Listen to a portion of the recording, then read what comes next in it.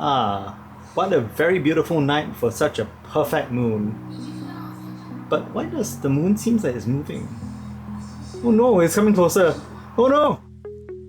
Okay, fine, no prizes for guessing, but believe me, the bloody producer is giving me the stink eye for the lame opening. In fact, let me just show you, okay? There.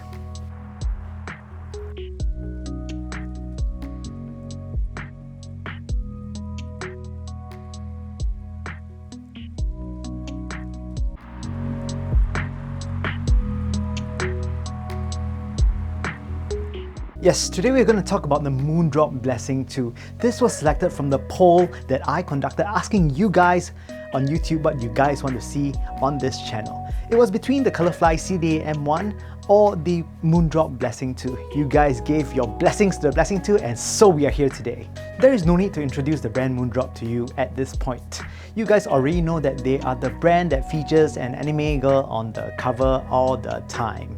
And for other reasons. The Blessing 2 is an entry mid-range IEM from Moondrop that sports a whopping 5 drivers. One 10mm paper cone dynamic driver, Sophia's D Mid-A dual balance armature driver, as well as a Knowles SWFK dual driver. That makes a grand total of 5 drivers per side.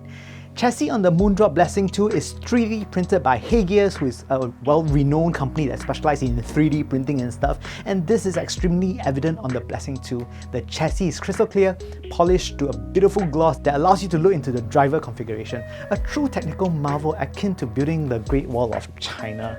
It is matched with a CNC faceplate that has a brush finish. This is deliberately done for you to unleash your deepest, darkest desires. And this is Moondrop we're talking about, so you get to etch your favorite anime girl on the faceplate. Ah, my dream is complete. Okay, fine. You get to choose some impregnated wood options as well. The Blessing 2 comes in a 2-pin termination and is matched with a copper cable. I think this cable pairs extremely well with the signature of the Blessing 2. Microphonics are also kept to a minimum with these cables.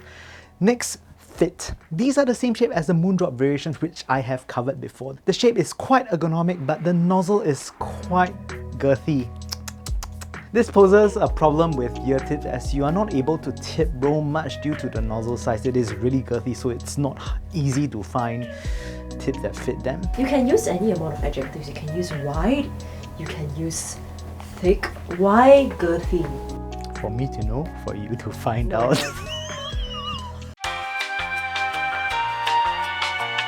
Next, we move on to sound. Now, the Blessing 2 is tuned to Moondrop's VDSF signature, which is basically an amalgamation of the Harman and Diffuse field curve. I found them to be rather neutral, just a hair bright with some emphasis on the upper mids.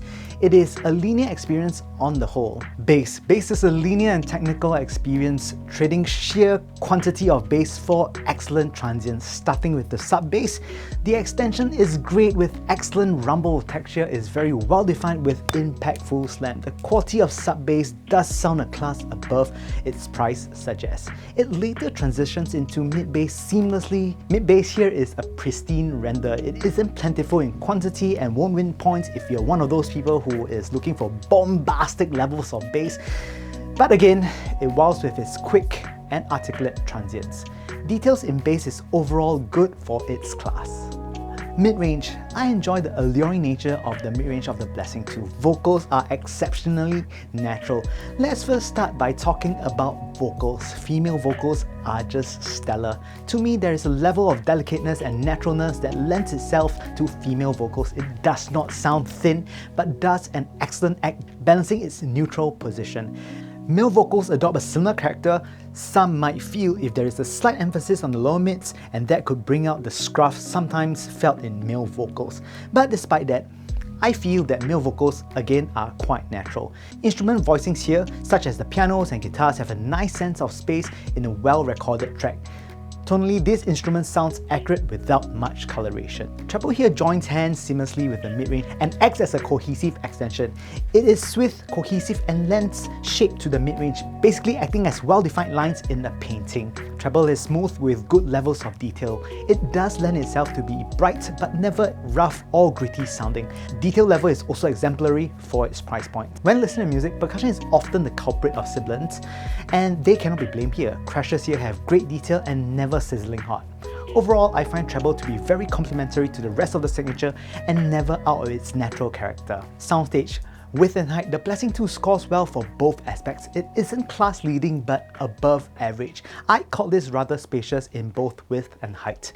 Positioning and depth, the space created by its width and height allows instruments to be placed rather accurately in a believable depth. And finally, in conclusion, overall, I enjoyed the Blessing 2s. I personally feel that if you have a bit more budget and value naturalness over world-shaking amounts of bass, it is a great first mid-entry option to consider.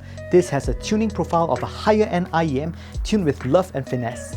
I personally prefer this over the C Audio Bravery, which isn't as coherent as the offering from Moondrop. And with that, thank you guys so much for watching the Super Chunk Super Audio Show. It's great to see you guys again in this brand new year. Yeah, I am super thankful. I'm almost hitting 1K subs. Just a few more from the time of recording.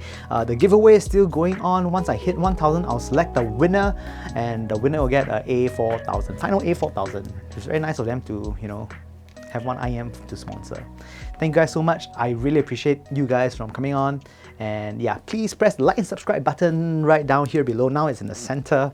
I hope to see you guys soon. Bye guys.